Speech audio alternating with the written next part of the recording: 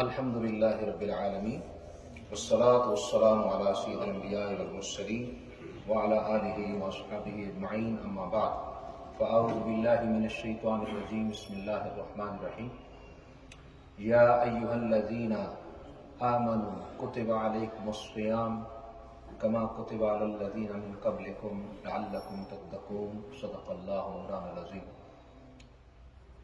ان اللہ وملائکتہ یصلون علی النبی یا ایہا الذین آمنوا صلوا علیہ وسلموا تسلیما الصلاۃ والسلام علیک یا سیدی یا رسول اللہ الصلاۃ والسلام علیک یا سیدی یا حبیب اللہ الصلاۃ والسلام علیک یا رحمۃ للعالمین وعلی آلک واصحابک یا خاتم النبیین۔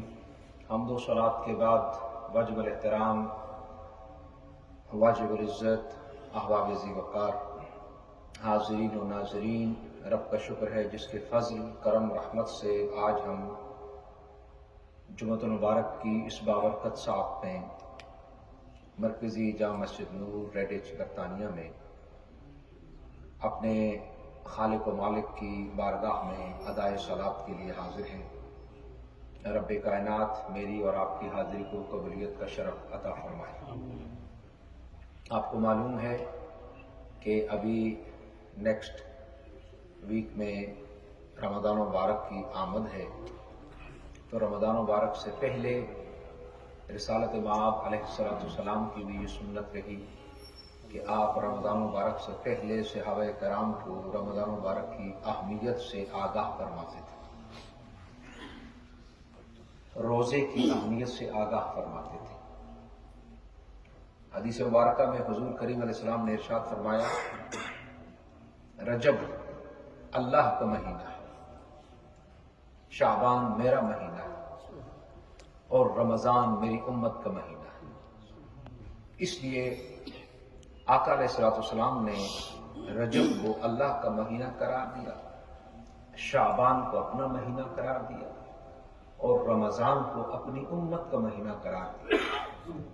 سادی سی بات اس میں یہ سمجھنے والی ہے کہ ادھر اللہ کا مہینہ ہے، ادھر حضور کی امت کا مہینہ ہے، اور بیچ میں رسالت مآب علیہ السلام کا ماہ مبارک شعبان ہے۔ یعنی بڑا اچھا شعر مجھے یاد آیا، ادھر اللہ سے واصل ادھر مخلوق میں شامل، خواص اس برزخ کبریٰ کو دے حرف مشدد کا، کہ آقا علیہ السلام کے واسطہ اور وسیلہ اور آپ کے توسط کے بغیر بارگاہ الہی کا قرب نہ کسی کو ملا اور نہ کسی کو مل سکتا ہے۔ حضرت امام حسن بصری رضی اللہ تعالیٰ عنہ جو حضرت علی کرم اللہ وجہ کریم کے خلیفہ اور شاگرد ہوئے، آپ فرماتے ہیں کہ جب تمہارے کان میں یہ لفظ آئیں کہ یا ایھا الذین آمنوا، تو ہوشیار ہو جایا کرو۔ اے ایمان والو جب تمہارے کان میں پڑے تو ہوشیار ہو جایا کرو۔ اس کے بعد یا کچھ کرنے کا حکم ہوگا یا نہ کرنے کا حکم ہوگا۔ اور دوسری بات یہ ہے کہ یہ اعزاز صرف امت مصطفیٰ کریم علیہ السلام کو حاصل ہے کہ آقا علیہ السلام کی امت سے پہلے 1.25 لاکھ کم و بیش انبیاء علیہم الصلوات و تسلیمات کی امت میں سے کسی امت کو رب نے یا ایھا الذین آمنوا کے ٹائٹل سے یاد نہیں کیا۔ یہ اعزاز ہے، اور یہ اعزاز حضور کریم علیہ السلام کی نسبت کی وجہ سے۔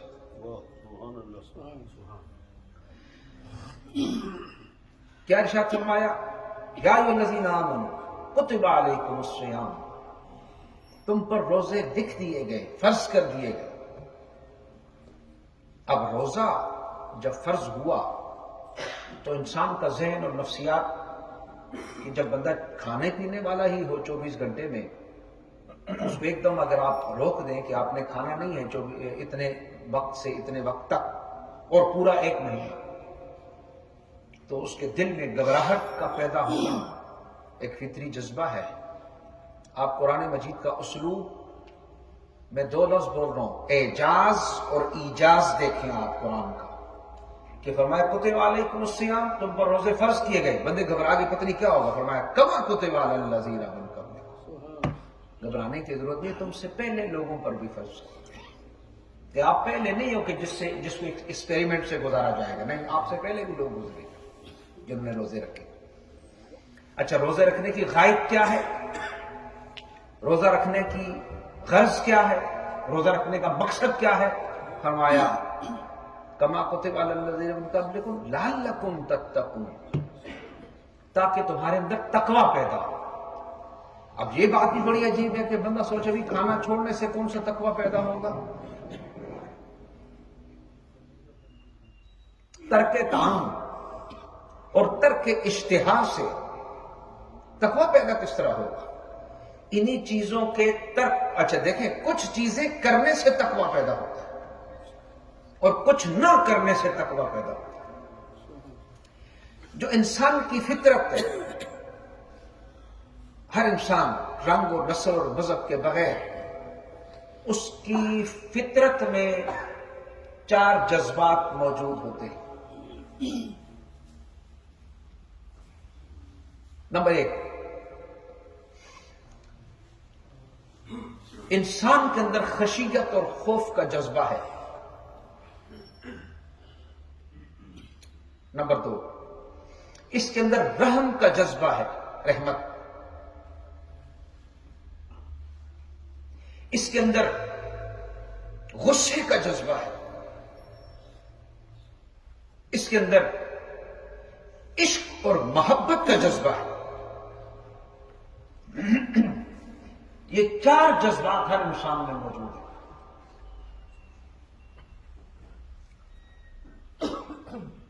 جب انسان کو خشیت محسوس ہو، خوف سے دل بدن لرزاں ہو،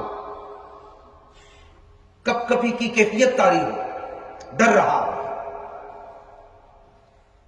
تو اس وقت وہ کیا کرے؟ جب اس کو غصہ آئے تو اس وقت وہ کیا کرے؟ جب اس کے اندر رحمت کے جذبات ابھر رہے ہو اس وقت وہ کیا کرے؟ عشق اور محبت کے جذبات کی ریکوائرمنٹ ہو، طلب ہو، اس وقت کیا کرے؟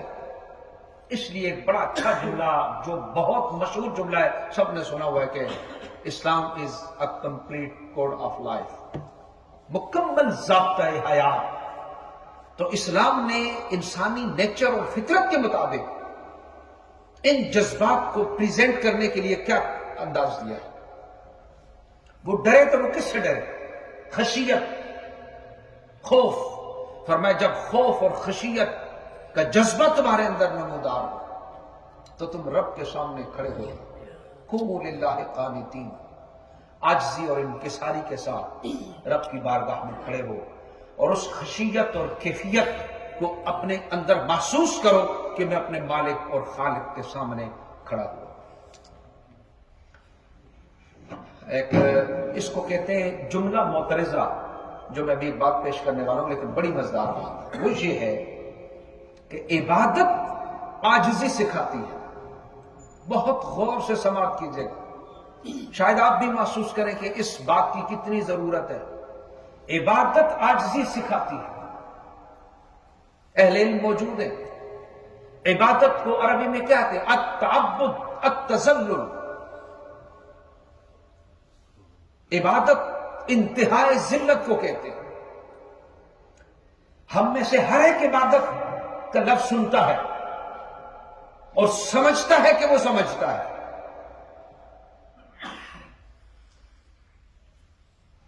سمجھ کے سمجھو. سمجھنا بھی ایک سمجھ ہے. سمجھ کے بھی جو نہ سمجھے میری سمجھ میں وہ نہ سمجھ. یہ جو سمجھ ہے، بندہ یہ سمجھتے عبادت سے میں سمجھ گیا عبادت کس کو کہتے ہیں. ذرا غور کیجئے گا. اس لیے رب کائنات نے نماز میں فرمایا کہ اپنے سر کو، پیشانی کو، جو پورے جسم کا سربراہ ہے، اس کو زمین پہ رکھو میرے سامنے. میں نے پہلے عرض کیا ہے، مخاطب کسی کو نہیں کر رہا ہوں، آپ سب جانتے ہیں کہ نماز کے اندر جب بندہ نماز کے اندر ہو تو اس کو سجدہ کرنے کا حکم بھی اس طرح ہے کہ وہ اپنے پہلوؤں سے کوہنیوں کو جب وہ نماز کے علاوہ جماعت کے علاوہ جب وہ نماز پڑھے گا تو دور رکھے گا، لیکن جب وہ صف میں ہوگا تو ان کو پہلو سے دور نہیں رکھے گا تاکہ دائیں بائیں والے کو تکلیف نہ ہو۔ یہ ہے عبادت جس روح سے تقریباً ہم نا آشنا ہیں۔ عجیب بات یہ ہے کہ عبادت کر کے بھی ہمارے اندر تکبر پیدا ہو رہا ہے۔ میں نے ایک لفظ بول دیا آپ کی خدمت میں کہ عبادت انتہائی تذلل کو، ذلت کو کہتے ہیں۔ یہ عبادت تو بندے کے اندر عاجزی پیدا کرتی ہے۔ علامہ اقبال نے کہا تھا، ایک ہی صف میں کھڑے ہو گئے محمود و ایاز، نہ کوئی بندہ رہا اور نہ کوئی بندہ نواز، بندہ و صاحب و محتاج و غنی ایک ہوئے، تیری سرکار میں پہنچے تو سبھی ایک ہوئے۔ جب خشیت ہو تو پھر وہ نماز کو اختیار کرے، اپنی فطری جذبے کی ریکوائرمنٹ کو پورا کرنے کے لیے، تسکین خاطر کے لیے، اور جب اس کے دل رحم سے، شفقت سے، عطا سے بھرپور ہو، مملو ہو، تو پھر وہ مخلوق خدا پر شفقت کرے، وہ مخلوق کے لیے رحمت کا ایک پیغام بن جائے، ان کے دکھ سکھ کو محسوس کرے۔ اور ان کو دکھ سکھ کو محسوس کرنے کا کیا مطلب ہے؟ کہ ان کے دکھ سکھ کو پھر وہ دور کرنے کی کوشش کرے۔ جب وہ دکھ سکھ کو دور کرے گا، ان کی تکلیف کو دور کرنے کی کوشش کرے گا، اس کے لیے اس کو مال خرچ کرنا پڑے گا۔ اس کو زکوٰۃ کہتے ہیں۔ جس طرح فلڈ ہوا تو آپ سب نے ہیلپ کی۔ ابھی ترکی میں شام میں زلزلہ آیا، ہم سب نے ہیلپ کی۔ یہ جو جذبات ہیں رحمت والے، اس کی تسکین کے لیے اور ان کو نافذ کرنے کے لیے اپنی زندگی میں رب نے زکوٰۃ عطا کی۔ دو ہو گئے، خشیت اور رحمت، اور تیسرا جذبہ غصے کا۔ ایسا نہیں ہو سکتا کہ بندے کے اندر غصہ نہ ہو، غضب نہ ہو، برہمی نہ ہو، لیکن وہ غصہ کیا ہے؟ کھڑکی توڑ دی، دروازہ بند کر دیا، گاڑی جلا دی؟ نہیں، اس غصے کے جذبے کی تسکین کے لیے بھی اسلام نے ایک عمل مقرر کیا کہ جب تمہیں غصہ ہو تو غصہ تو مخلوق خدا پر نہیں ہے، جو خدا کو ماننے والا ہے اس پر تو نہیں ہے، جو رب کائنات کی مخلوق کے لیے فائدہ مند ہے اس پر تو نہیں ہے۔ تو غصے کا اظہار کہاں ہو؟ وہ جو عدو اللہ، جو عدو الرسول ہے۔ جب تمہارے غصے کے اظہار کا وقت آئے تو اس غصے کو پھر خدا کے دشمن پر، جو خدا کی زمین پر فساد پیدا کر رہے ہیں، اس فساد کو ختم کرنے کے لیے غصے کا اظہار کرو۔ اس کو اصطلاح شریعت میں جہاد کہتے ہیں۔ اور چوتھا جذبہ جو انسانی فطرت میں ہے، میں نے پہلا بتایا، خشیت اور خوف، جس کی شکل نماز میں ظاہر ہو، رحمت، شفقت، جس کی شکل زکوٰۃ میں ظاہر ہو، غضب، غصہ، جس کی شکل دشمنان خدا اور رسول کی سرکوبی کے لیے ظاہر ہو، اور چوتھا جذبہ حاضرین محترم اور سامعین ذی وقار، وہ ہے محبت اور عشق۔ محبت اور عشق کا جذبہ ہر انسان کے اندر ہے۔ اس کا محبت اور جذبے کا اظہار وہ کہاں کرتا ہے اور کہاں اس کو کرنا چاہیے؟ اس کی اپنی مرضی؟ نہیں، مرضی نہیں ہوتی۔ اسلام کا مطلب یہ ہوتا ہے کہ بندہ اپنی مرضی کو رب کی مرضی میں فنا کرتا ہے، اپنی مرضی کو مصطفیٰ کی مرضی میں فنا کرتا ہے۔ کیا خوبصورت حدیث مجھے رب نے روایت یاد کرا دی، بڑی مزہ۔ علامہ جلال الدین سیوطی 911 ہجری میں فوت ہوئے، مجدد ہوئے، زبردست لکھاری ہوئے، بڑی کتابیں اس بندے نے لکھی، اور 70 سے زیادہ مرتبہ وہ خود کہتے ہیں کہ مجھے سر کی آنکھوں سے مصطفیٰ کریم کے چہرے کی زیارت نصیب ہوئی۔ حضرت امام جلال الدین عبد الرحمن سیوطی علیہ رحمہ، آپ الاتقان میں فرماتے ہیں کہ حضرت عبداللہ بن عمر سے ایک شخص نے پوچھا، غور کیجیے گا، عشق اور محبت کس کو کہتے ہیں؟ کہ حضرت عبداللہ بن عمر سے پوچھا کہ بتائیے سفر کی نماز کی ڈیٹیل قرآن میں نہیں ہے، حکم ہے، تفصیل نہیں ہے، تو آپ کیسے پڑھتے ہیں؟ تو حضرت عبداللہ بن عمر رضی اللہ تعالیٰ عنہ، میں 1 منٹ کا توقف دوں گا، آپ کی سماعتوں کو زحمت گوارا کرنی پڑے گی۔ ایک چھوٹے سے عالم سے بھی یہ مسئلہ پوچھیں، وہ بھی ان ڈیٹیل آپ کو بتا دیں، ایک امام سے پوچھیں بتا دیں، مفتی صاحب سے پوچھیں بتا دیں، کسی بڑے اسکالر سے پوچھیں تو بتا دیں، تو عبداللہ بن عمر نہیں بتا سکتے جنہوں نے خود مصطفیٰ سے سیکھا ہے نا، یہ ہے یہ ہے یہ ہے یہ ہے، اتنے کلومیٹر پہ ہوتا ہے، فلانا ہوتا ہے، اتنے ہے کہ نہیں، سارے کو پتہ ہے نا۔ لیکن دیکھیں عبداللہ بن عمر نے what a beautiful answer replied by حضرت عبداللہ بن عمر رضی اللہ تعالیٰ عنہ، جب اس نے کہا جی کیسے نماز کی آپ پڑھتے ہیں جب اس کی ڈیٹیل نہیں ہے قرآن میں؟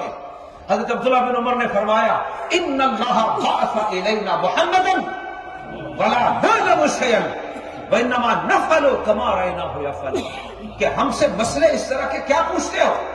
ہماری طرف رب نے محمد مصطفیٰ کو مبعوث کیا، بھیجا، ہم کچھ نہیں جانتے، جب آپ جانتے نہیں تو کرتے کیسے ہیں؟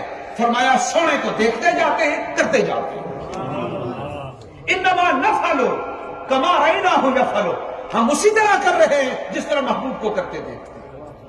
اس کو کہتے ہیں محبت کا جذبہ۔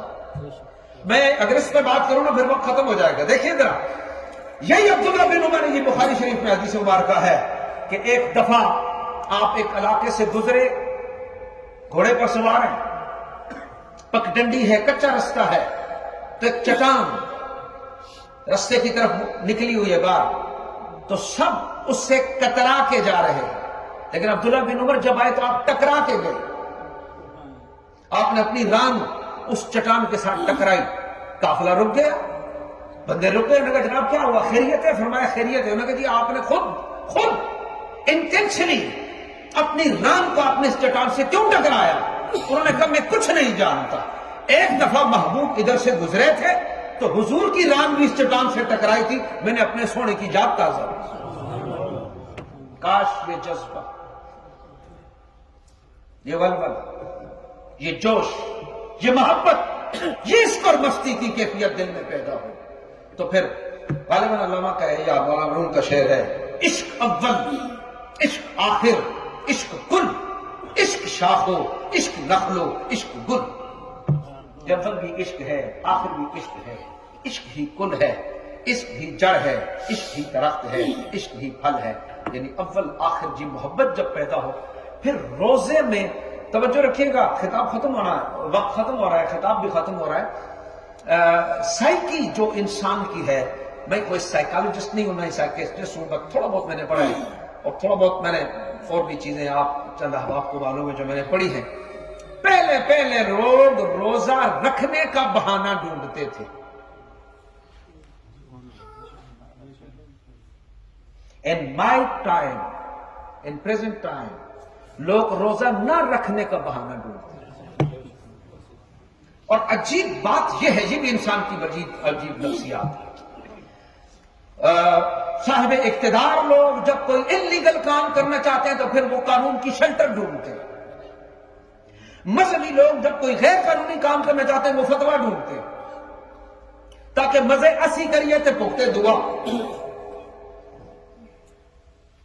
اللہ کے لیے میرے درد مندانہ یہ کرٹیسزم نہیں ہے، یہ وارن کرنے کے لیے ہے، متنبہ کرنے کے لیے، آپ کو متوجہ کرنے کے لیے۔ علامہ صاحب الٹی آ گئی نا تو روزہ تو ٹوٹ ہی گیا، میں کہا فتویٰ تو آپ نے پہلے دے دیا، مجھ سے کیا پوچھتے ہیں؟ ٹوٹی گیا، چاہتے تو بھی یہی بول۔ یہ عجیب الٹی بات ہے کہ الٹی سے روزہ ٹوٹتا ہے۔ مسئلے تو آپ نے اس دن حضرت قبلہ مفتی عبدالقدیر صاحب مدد اللہ نے بہت بریفلی آپ کو سمجھایا بھی ہے، جو کورس ہے، اور انشاءاللہ آگے بھی ہوگا۔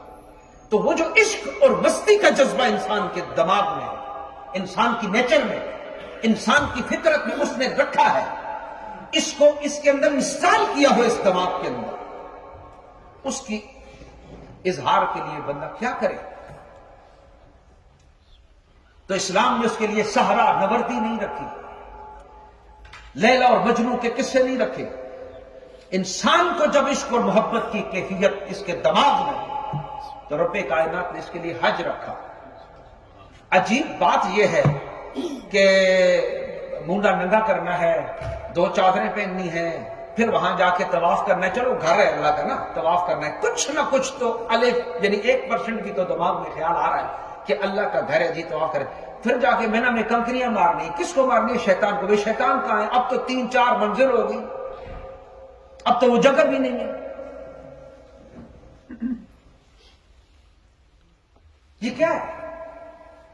بڑا اچھا شعر میں، اصل میں جو شعر ہوتا ہے نا، اگر بندہ سمجھنے والا ہو تو وہ 10 منٹ کی تقریر ایک شعر میں، جس طرح اب میں اپنی سوچ کو آپ کی خدمت میں پیش کرنے کے لیے جو میں نے ماحول دیا نا کہ سمجھ میں نہیں آ رہا تو پھر کیا کریں، تو اس نے کہا تھا کہ عقل آئی تھی مشورہ کرنے، عشق نے مسکرا کے ڈال دی۔ کہ جی تو سمجھ میں نہیں آتا، ہمیں سمجھ میں کیا آئے گا؟ اسی لیے فاروق اعظم رضی اللہ تعالیٰ عنہ نے فرمایا تھا کہ اے حجر اسود، لمبی چوڑی بات ہے، میں تھوڑا اپنے جو گفتگو ہے اس کا استدلال پہ کہہ رہا ہوں۔ تو آپ نے فرمایا تھا کہ اے حجر اسود، اگر میری آنکھ نے نہ دیکھا ہوتا کہ میرے آقا نے تجھے چوما ہے، خدا کی قسم میں تجھے نہ چومتا۔ یہ عشق اور محبت کا جذبہ ہے، اور عشق اور محبت کے جذبے کا ایک انداز یہ بھی ہے کہ ایسی صفات کو اختیار کرے جو محبوب کے قریب کرے، جو محبوب کے۔ ایک بڑی زبردست روایت کتابوں میں کثرت کے ساتھ لکھی ہوئی ہے، تخلقوا باخلاق اللہ۔ اگرچہ یہ حدیث جو بڑے حدیث کے لوگ ہیں، محدثین کہتے ہیں یہ حدیث نہیں ہے، لیکن بڑا اچھا قول ہے جس کا بھی، کہ اللہ کی صفات کو اپناؤ۔ عجیب بات یہ نماز میں کرنا ہے، بندہ نظر آ رہا ہے رکوع کر رہا ہے، سجود کر رہا ہے، قاعدہ کر رہا ہے، انگلی کا اشارہ کر رہا ہے، سلام کر رہا ہے۔ زکات میں نظر آ رہا ہے کہ وہ دے رہا ہے، حج میں نظر آ رہا ہے کہ وہ کہیں سفر کر رہا ہے، لیکن روزہ ایسی عبادت ہے جس میں نظر کچھ نہیں آتا، کرنا کچھ نہیں۔ عجیب بات یہ ہے، اس لیے رب کائنات، یہ بخاری مسلم اور ہر جگہ یہ حدیث مبارکہ ہے، اس لیے حضور کریم علیہ السلام نے فرمایا کہ الصوم لی وانا اجزی بہ، روزہ میرے لیے ہے اور میں خود اس کی جزا دوں۔ بھئی حج بھی تو اللہ کے لیے ہے، نماز بھی تو اللہ کے لیے ہے، زکات بھی تو اللہ کے لیے ہے۔ وہ عبادت نہیں جو اللہ کے لیے نہ ہو، لیکن روزے کی اسپیسیفیکیشن کیا ہے، روزے کی خصوصیت کیا ہے، روزے کا اختصاص کیا ہے، روزے کا مقام کیا ہے؟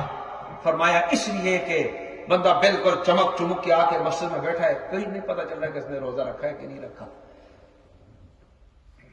کمرے میں فریج بھرا ہوا ہے نعمتوں کا، دیکھنے والا کوئی نہیں ہے، لیکن وہ جو ذات باری تعالی ہے اسی کے حکم کو فالو کرتے ہیں، یہ اس سے اپنے آپ کو روکتا ہے۔ یہ محبت کی انتہا نہیں ہے تو کیا ہے؟ حاضرین گرامی، اس پر انشاءاللہ آگے بھی گفتگو ہوگی کہ جس کو قلمدان ملا ہو، جس کے پاس مال اور دولت بھی ہو، لیکن اس کا خرچ کرنے کا جذبہ کیسے پیدا ہو؟ رب کائنات نے فرمایا کہ مہینے میں، سال میں 1 مہینہ روزے رکھو، شہر رمضان الذی، رمضان کا مہینہ۔ جب روزہ رکھتا ہے تو پھر بندے کو احساس پیدا ہوتا ہے دوسرے کی بھوک کا، دوسرے کی پیاس کا۔ ایک بادشاہ کی بیٹی تھی، یہ جو قصے ہوتے ہیں نا، یہ عبرت کے لیے ہوتے ہیں، سبق کے لیے ہوتے ہیں، لرننگ کے لیے ہوتے ہیں۔ تو بادشاہ کی بیٹی سے لوگوں نے احتجاج کیا، اس کے محل کے سامنے آگے کھڑے ہو گئے، احتجاج کیا، مہنگائی ہے، غربت ہے، روٹی نہیں ہے۔ تو وہ اپنے کمرے سے باہر نکلی کاشانہ سے، اور اس نے آ کے کہا کیا مسئلہ ہے؟ انہوں نے کہا جی روٹی نہیں ہے۔ تو وہ کہہ لگی روٹی نہیں تو پراٹھا کھاؤ، روٹی کھانی ضروری ہے۔ اس کو پتہ ہی نہیں ہے کہ روٹی نہیں ہے کا کیا مطلب۔ اس لیے امیر اور غریب دیکھیں عبادات کو، نماز روزہ 2 عبادتیں ادھر، حج زکات دو عبادتیں ادھر، حج اور زکات امیروں پر،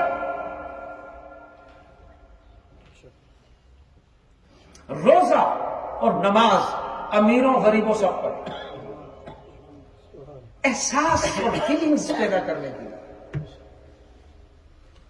اللہ تبارک و تعالی ہم سب کو عمل کی سعادت سے بہرہ مند فرمائے۔